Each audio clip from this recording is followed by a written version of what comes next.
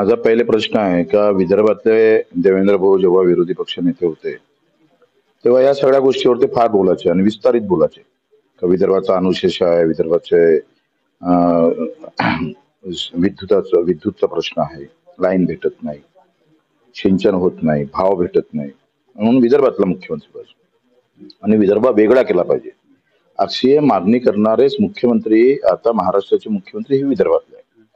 हे पहा किती चांगला सुवर्ण योग आहे. एकदा नाही तर दुसऱ्यांदा ते विराजमान तिथं झाले आणि आज विदर्भातल्या कापसाचे काय हाल असेल, सोयाबीनवाले, संत्रावाले तर मेलेच. यांनी पाहिलंय नाही संत्राचं.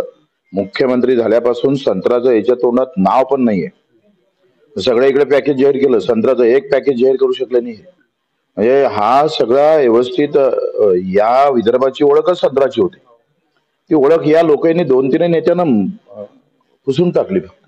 आणि काय म्हणतोय देवेंद्र भाऊ का ते असं म्हणताय का आता आम्ही तुमची दिवाळी गोड करतो आणि गोड करून पैसे किती देतोय तर 5 ते 6 हजार.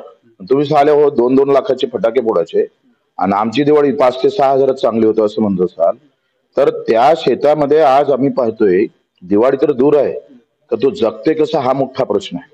म्हणजे रोटावेटर मारायला लागलं तुमच्या सोयाबीनला, कापसाचे तेच आलाय, संत्रा पूर्ण हाती खाली गळलेला आहे आणि झालेले सौदे टाकून दिलेले आहेत तरी यांना चेतना नाही ना. खासदार आमदार म्हणजे एका इकडे हिंदुत्वाचा पुळका नाचा, आयलो मोहम्मद करायचं तर आयलो महादेवचा नारा मारायचा. मान्य आहे तुम्ही तुमच्या स्तरावर मारा, पण हा सगळा शेतकरी मरतोय त्याच्यासाठी तुम्हाला फक्त त्याच्यातून शब्द जय त्याच्या बाजूने उभे राहणं शक्य झालं नाही तर हे वाईट आहे. आणि याच्यासाठीच 28ला आपण आंदोलन करतोय. कर्ज फेडण्याची तर ताकद दूरच राहिली, पण पुढच्या वर्षी कशी पेरणी करायची, मुलींच्या शिक्षणाचे पैसे कसे भरायचे. आणि जाहीर तर केलं का आम्ही शिक्षण फी माफ करणार. कुठली शिक्षण फी माफ करणार? प्रायव्हेट संस्था तर आताच नोटीस पाठवणं सुरू केल्या, त्यांना परीक्षेला बसू देत नाही.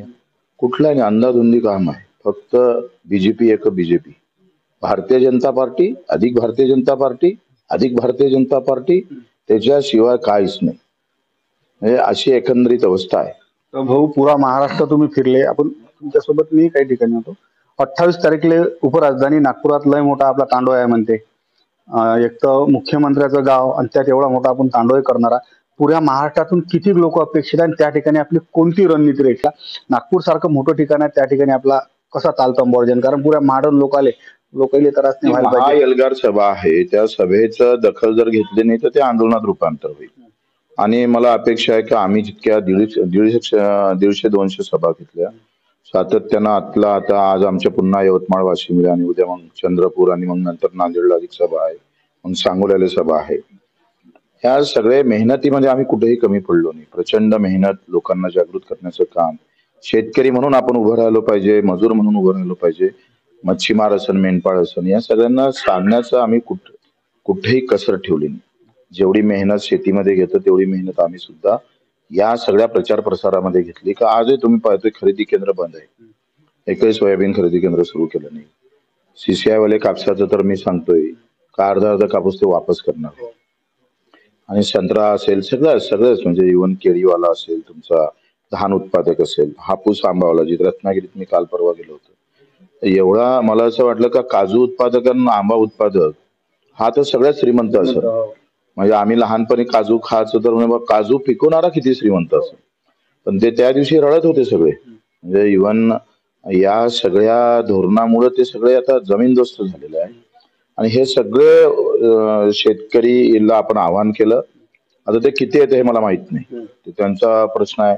आम्ही प्रामाणिकपणे लढतो आहे आणि संख्येपेक्षा आमची प्रामाणिकता महत्वाची आहे. संख्या ही शेतकऱ्याचा विषय. मच्छीमारही लोक त्या ठिकाणी त्याचे प्रश्न आहे, शेतकऱ्यापेक्षा कठीण आहेत.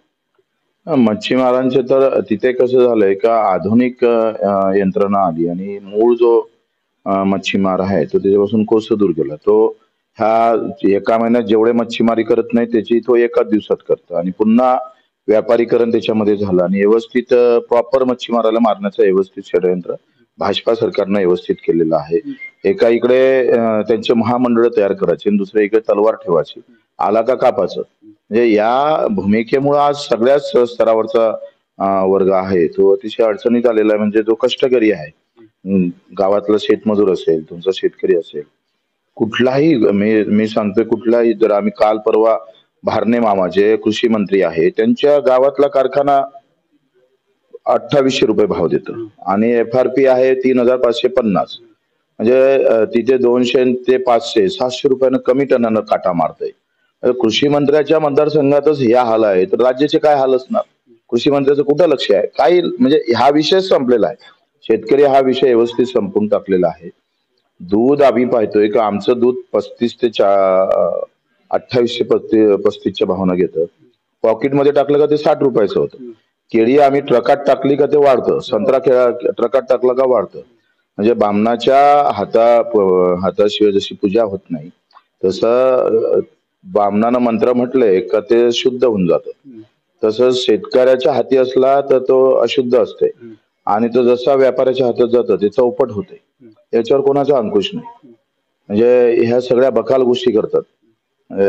इंच इंच पिकवा, उत्पादन हमको आगे बढ़ाना है, असं आहे. ज्या काही मोदीजीच्या घोषणा आहेत त्या किती पोल खोल आहे. कुठलाही आम्ही पाहतोय कुठलाही अभ्यास न करणाऱ्या त्यांच्या जे काही वक्तव्य आहे ते अतिशय मला वाटतं निवड बोलून चुकले आणि करत काहीच नाही. सगळ्यात मोठी गोष्ट आहे का पंजाबच्या शेतकऱ्याचं 90% शेतीमाल हा हमी भावानं खरेदी होतं आणि आम्ही नामर्द असावं महाराष्ट्रातले शेतकरी का आमचा हमी भाव 10% सुद्धा हमी भावानं खरेदी होत नाही. सरकार एकच आहे, खरेदी होतं पंजाबमध्ये 90% आणि आमच्या इथं 10% होत नाही, 6%च्या वर जात नाही. म्हणजे हमी भाव 6% लोकांनाच भेटतोय, त्याच्यात अर्धा व्यापारी हात मारतोय. म्हणजे ही मानसिकता आहे, कारण आम्ही लढणं शिकलो नाही. पंजाबचा शेतकरी लढतोय म्हणून तिथला शेतकरी थोडा लेवल तरी आला. आता आम्ही लढणंच बंद केलं कारण आम्हाला जातीपातीत वाटून टाकलंय, धर्माचे झेंडे हाती दिले आहे. त्याच्यानं या लोकांना त्याचं काही फार महत्व राहिलं नाही महाराष्ट्रात. आम्ही प्रयत्न करतोय, हा जो बुळबुळा आहे तो किमान राहायला पाहिजे. तो जो धबधबा होता तो तर आटला शेतकऱ्याचा, आता शेवटचा बुळबुळा आहे त्याला राखून ठेवण्याचा प्रामाणिक प्रयत्न करतोय. माहित पडतंय तो पार्टीत किती गुंततोय, जातीत किती राहतं, धर्मात किती राहतं ते पाहू.